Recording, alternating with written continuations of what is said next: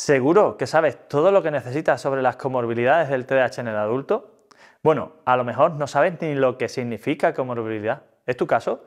Pues como alrededor del 80% de los casos del TDAH, especialmente en los adultos, cuentan con alguna comorbilidad, creo que va a merecer la pena que te ponga al día. ¿No te parece? Soy Manuel Antonio Fernández, el neuropediatra, experto en TDAH, director del Instituto Andaluz de Neurología Pediátrica en Sevilla y de la web para familias elneuropediatra.es. Ayuda a las personas con TDAH de cualquier edad a retomar el control y a superar las dificultades de su día a día para poder volver a disfrutar de la vida de una vez por todas.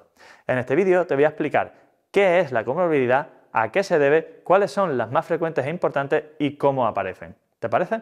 Mira, el concepto de comorbilidad realmente es bastante sencillo.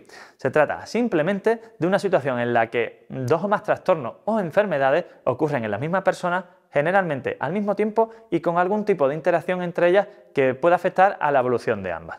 Pero entonces, ¿a qué se debe la aparición de las comorbilidades? ¿Son casualidades? ¿Están relacionadas? ¿O qué? Todas estas preguntas se responden con la clasificación que te voy a presentar ahora mismo y que, por cierto, es de mi propia cosecha. Primero tenemos las comorbilidades primarias tipo A y B. Ambas son comorbilidades con una relación genética directa con el TDAH.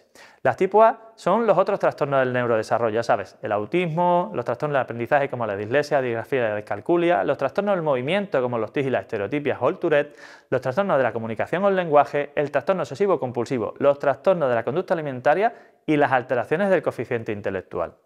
Las primarias tipo B son los otros cuadros relacionados directamente y genéticamente con el TDAH, pero no considerados trastornos del neurodesarrollo. Por ejemplo, los trastornos de la conducta, como el trastorno posesionista desafiante, los trastornos del sueño o la enuresis nocturna primaria.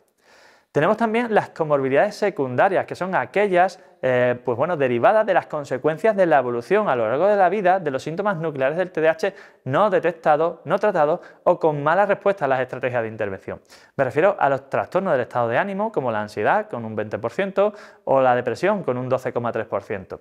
El trastorno por abuso de sustancias alcanza más o menos un 30% y otras, como la ludopatía, es mucho más frecuente en personas con TDAH, por ejemplo. Esto es importante tenerlo en cuenta. Y tercero, finalmente, las comorbilidades terciarias, que son aquellos cuadros en los que, sin saber por qué, vemos una asociación más frecuente de lo esperado exclusivamente por el azar, entre los que siempre me gusta destacar la fibromialgia o el síndrome de fatiga crónica. Como dato general, podemos decir que las comorbilidades más frecuentes a nivel global, independientemente de la edad, son las primarias tipo A, es decir, la asociación de trastornos del desarrollo. Después están las primarias tipo B, las secundarias y, para terminar, las terciarias. Además, el 67% de las personas presentan alguna comorbilidad. Alrededor del 33% presenta una, un 18% presenta dos comorbilidades y hasta un 16% presenta tres. Como listado global tenemos el siguiente por orden de frecuencia. De hecho, vamos a ver la diferencia de frecuencia entre estas cuando aparecen como comorbilidades de TDAH respecto a cuando aparecen como un cuadro independiente. Los trastornos del aprendizaje ocurren en un 45% de las personas con TDAH frente al 5% de las personas sin.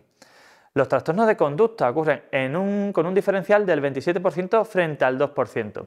Los trastornos de ansiedad, un 18% frente a un 2%. La depresión, un 14% frente a un 1%. Los trastornos del lenguaje, un 21% frente a un 3%. Y los trastornos del espectro del autismo, por ejemplo, un 6% frente a un 0,5%. Para terminar, la epilepsia, un 2,6% frente a un 0,6% de nuevo. Si nos centramos en los adultos, tenemos estos datos de frecuencia. Los trastornos por abuso de sustancias, con un 31% son los más frecuentes. Los trastornos de la conducta alimentaria, con un 21%. Anorexia, bulimia, trastornos por atracones. Los trastornos del ánimo, como la ansiedad, con un 18%. Los trastornos del ánimo de tipo depresivo, con un 12%. Como ves, una auténtica burbuja de comorbilidades. Ahora dime, ¿te suenan estas comorbilidades? ¿Quieres tener una respuesta definitiva a tus sospechas sobre TDAH? ¿Te gustaría conocer cuál es tu perfil? ¿Qué tipo de TDAH tienes? Pues no hay problema, ponte en contacto ahora mismo con nosotros para que analicemos tu caso y nos pongamos manos a la obra. Nos conoces, ¿verdad? Es el 682-651-047 o el mail recepcionista@elneuropediatra.es. A tu disposición.